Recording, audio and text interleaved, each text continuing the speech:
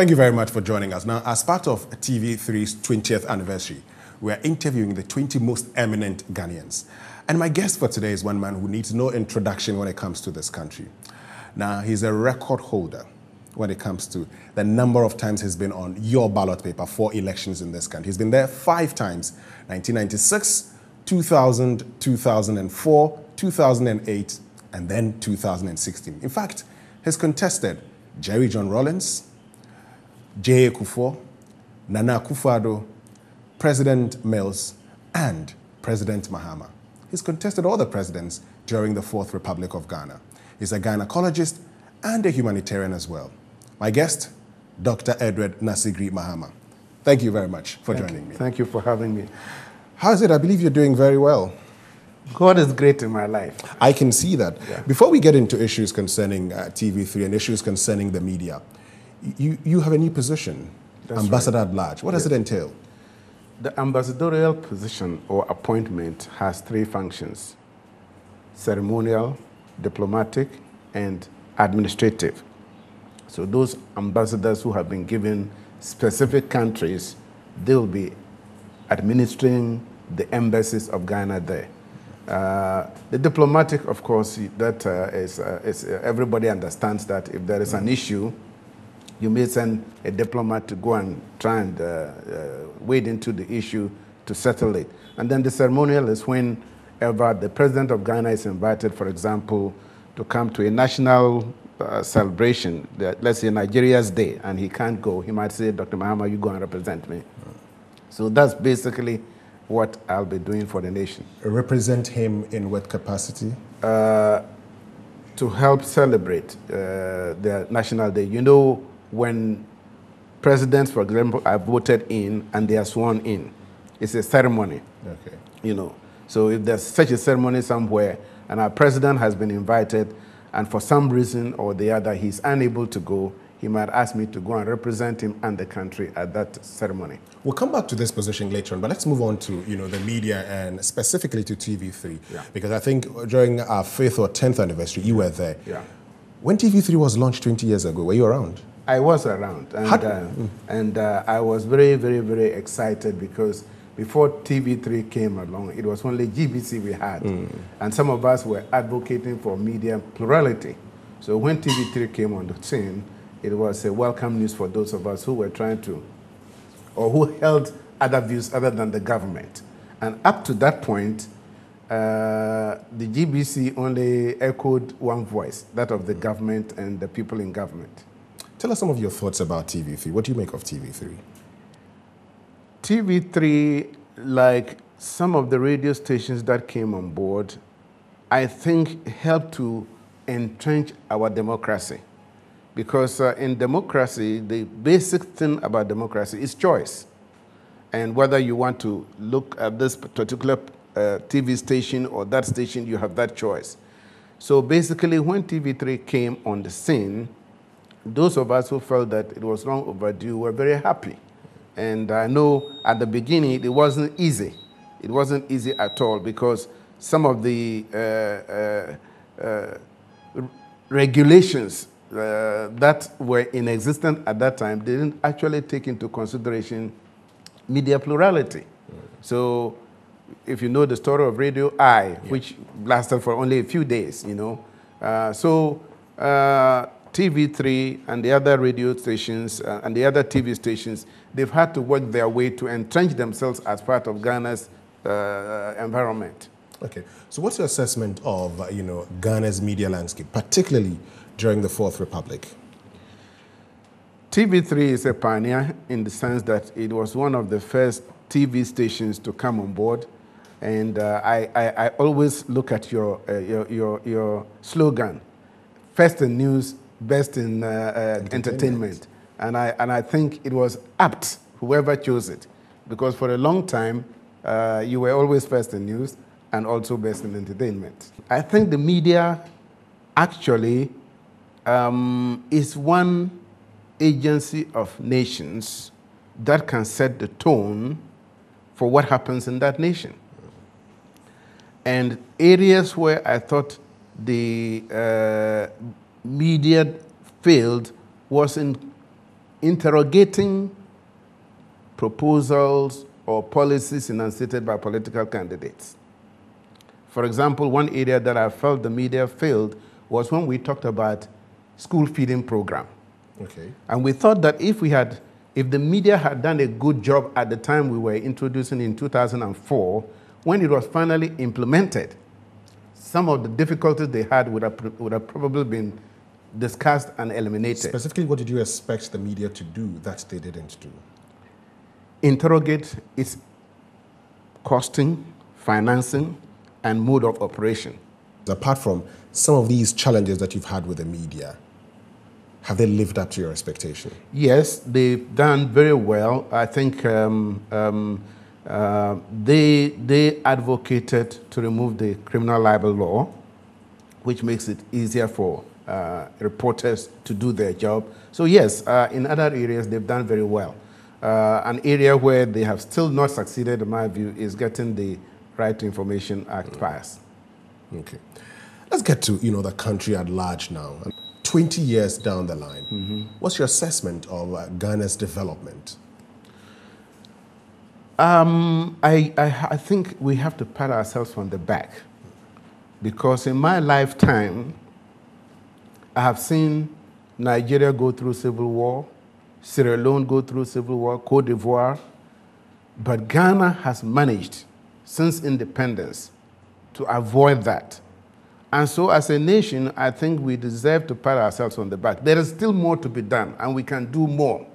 But the fact that we have been able, through difficult circumstances, to avoid a conflict that divides us tribally or regionally, north and south, I think we have done very well. And I've always argued that if the military didn't intervene in Ghana's affairs, this is the longest civilian rule, the Fourth Republic. Yeah.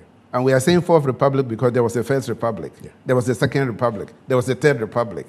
So basically, the First, Second, and Third Republics, if you put their number of years of rule together, Nkrumah had 9 years, Busia 27 months, Liman 27 months, but the military up until the beginning of the Fourth Republic had more of the years of independence. So let's focus on the more that you talk about left to be done. Yeah. What more is to be done? Well, the level of poverty in this nation, we need to bring it down. The level of ignorance, we need to bring it down. The level of illiteracy, we need to bring it down. So there is more to be done, because after all, the development of the human element or the human material of this country is far back than where it should be. We're in the 21st century. And I think that the media has a role to make sure that the nation is doing a good job educating its citizens, providing employment for young people, providing housing for the general public. The media has a role to do in all these areas of intervention. Okay, but why do you think we've not been able to do these things that you talk about? The military interventions have always truncated efforts, And as somebody, as you said earlier on, I have contested President Rawlings, and I used to say that his first 4 years as a civilian president, he did more for Ghana than the 11 years he was in power as a military ruler. Really? Yes. Why do you say that? Because, the military rule brought ERP, Economic Recovery Program, and other policies that actually impoverished the nation. But in the first 4 years, he now had to listen to people. No bridge, no vote. No light, no vote. And they were doing these things. That's all democracy is about. Listening to the people and doing what they want. And so I think when we went back to civilian rule, the nation began to see the light. Now, you've made reference to Mr. Rawlings' first 4 years. I'm just curious. So if you were to assess his 8 year in office, what would that be? Well, the 8 years as compared to 11 years of... 8 years under the Fourth Republic. Yes. I think he did more for Ghana in those 8 years than he did in the 11 years. That's what I'm saying. If you were to compare it to other presidents in the Fourth Republic? It's a journey. Since he came first, it's very difficult to compare. He laid foundation, others built on top of it. The same way Kufuor laid foundation, Mills tried to build on it, Mahama tried to build on it, and now Mahama laid foundation and Nana is building on it. So basically, it is not actually easy or proper to try to compare, but I will say that the nation as a whole is marching forward. Ghana is marching forward? Yes. In which direction? And what's good about our march? What is good is that now, for example, you know that we are bringing out more graduates from our institutions. When I was a university student right here in Ghana at Legon, the student population was only about 5,000 or 6,000. Now it's about 30,000. So more people are getting educated in that regard. We also know that we have now recently gone back to where we wanted to start, the free SSH, which was part of our beginning under Nkrumah. We've gone back to it. So in many ways, I think we are picking up. Okay, so we're picking up. Let's get a bit personal with you, Dr. Mahama. Yeah. Of course, I mean, we all know Dr. Mahama as presidential candidate of the People's National Convention, new beginnings, new deal, new force. We've talked about all those things. Let's get into your childhood. Tell us, how was it growing up in the northern part of Ghana? Well, I have often felt that God loves me personally because my father died when my mother was pregnant. And my mother, in preparing for my delivery, got injured in the eye. She lost one eye. But God always provided other people to step in. So I remember when I first told the missionary doctor in 1958 that I want to be a doctor like him. He patted me on the head and said, there is no medical school in Ghana. I said, what's a medical school? That's where you go to become a doctor. And there is none. How are you going to become a doctor like me? Yet, when I was ready in 1966 to go into medical school, Nkrumah had made it possible for a medical school to be there. The first ever medical school in Ghana. We'll continue, but how come you got that idea at that time that you wanted to be a medical doctor? Actually, I had a friend, very close friend of mine, whose mother, in delivering a baby, had developed what we call VVF, or vesico-vaginal fistula. She tore her bladder base, so she was leaking urine all the time. And it was a compound house with many other women. And they resented her, or they discriminated against. She was smelling because of the urine. And I always felt pity. This is my friend's mother. You know, I wish I could do something to help her. And then I found out that to do that, you have to be a doctor. Okay. Yeah. So your quest to assist mankind, that's right, led you into becoming a doctor. That's right. Yes, but before we we continue with your medical school days and all of that. But I mean, naturally, in the northern part of Ghana around that time, I mean, in the 40s where you were born and the 50s, how was life? Actually, you know, where I came from in the Mamprogé area, life was full of contentment. We could eat 3 square meals. Our people are very hardworking. And even when we went to school, as I said, we were provided a meal in school.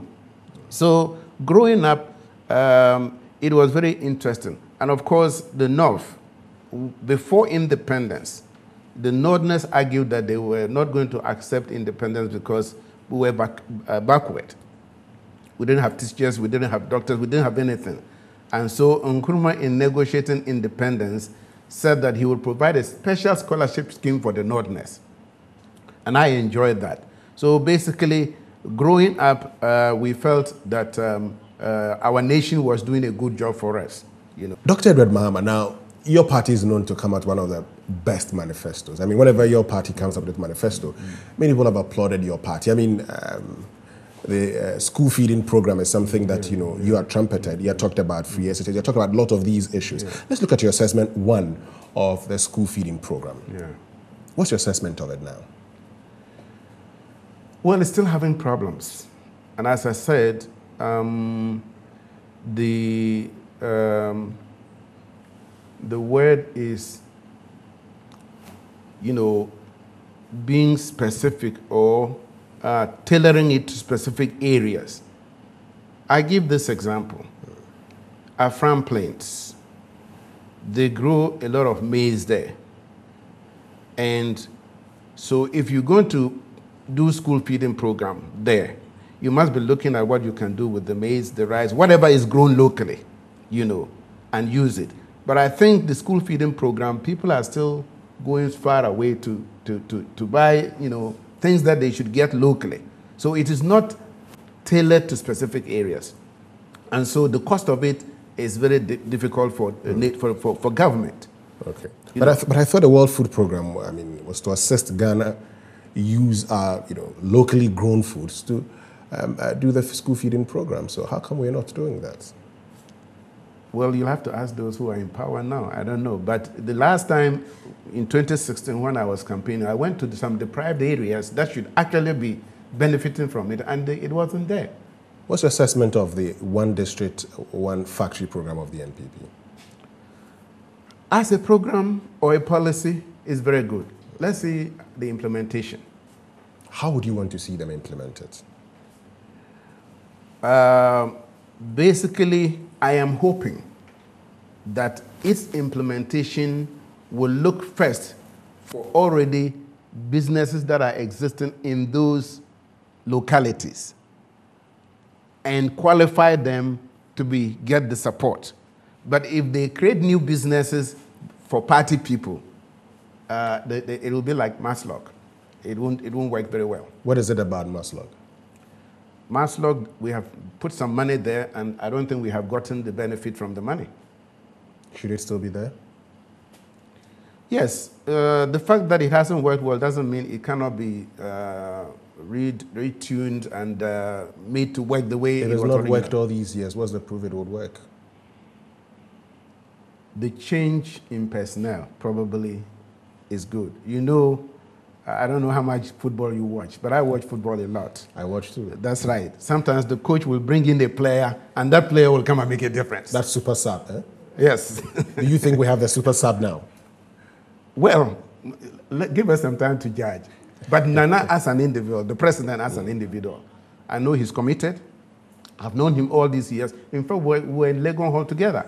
So I know he's a determined person, and what he wants to do, that's what he's going to do. I am just hoping that the supporting staff will get his direction and follow it. Because sometimes a lot of leaders are leading and the followers are not following. But talking about Nana, the fact that you know him, I mean, so from those of you who've known him all this while, who is he?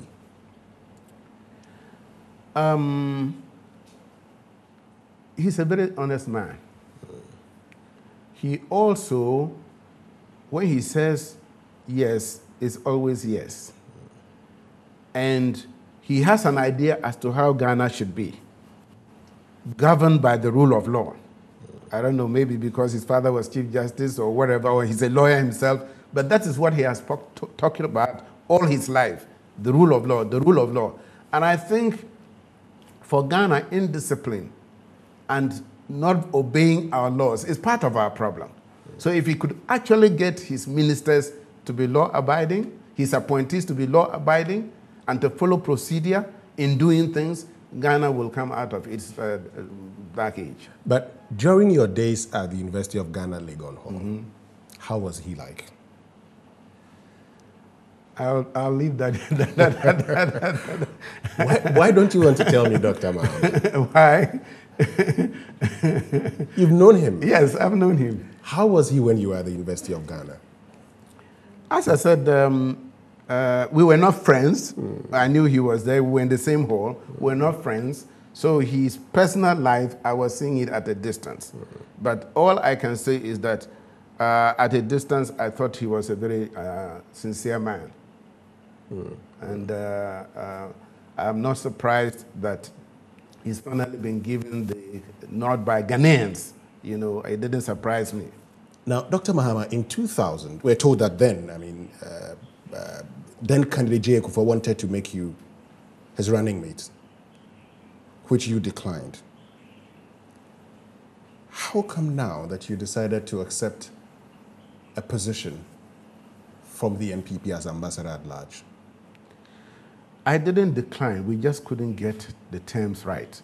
When he offered it to me, I said, you did not see me a political material to use because I'm a gynecologist.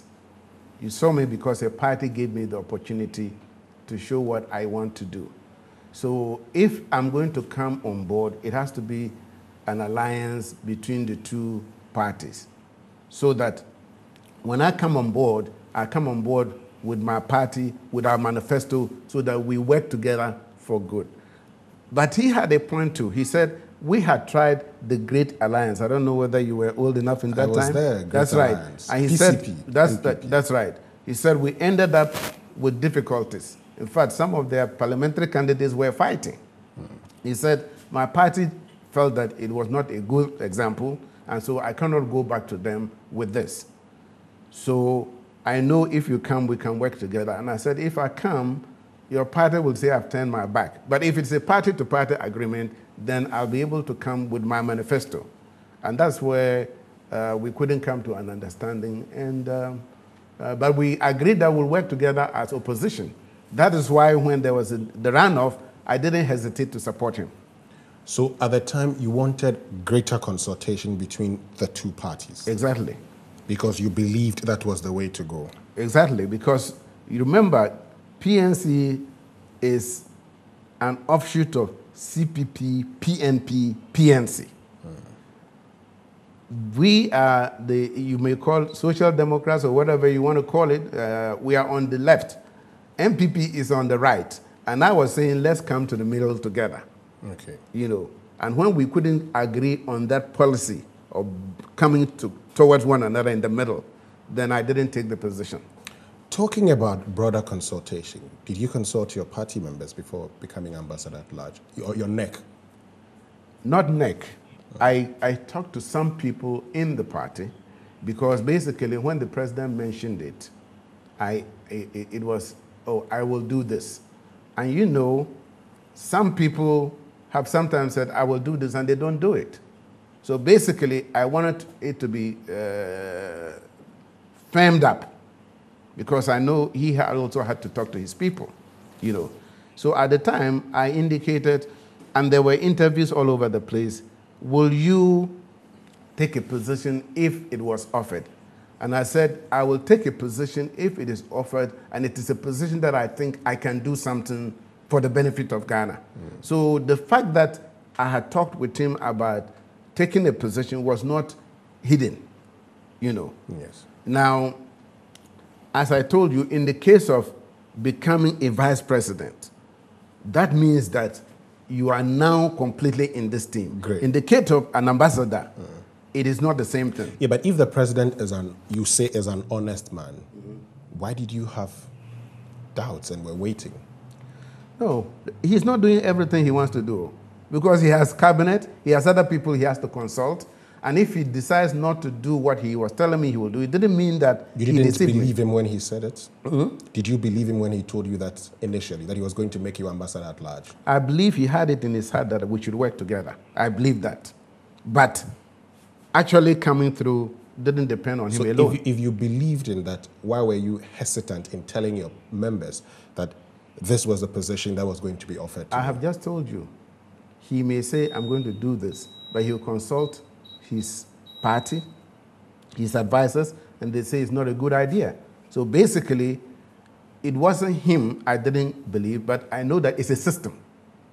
Sometimes patients come to me and I said, go and see the nurse.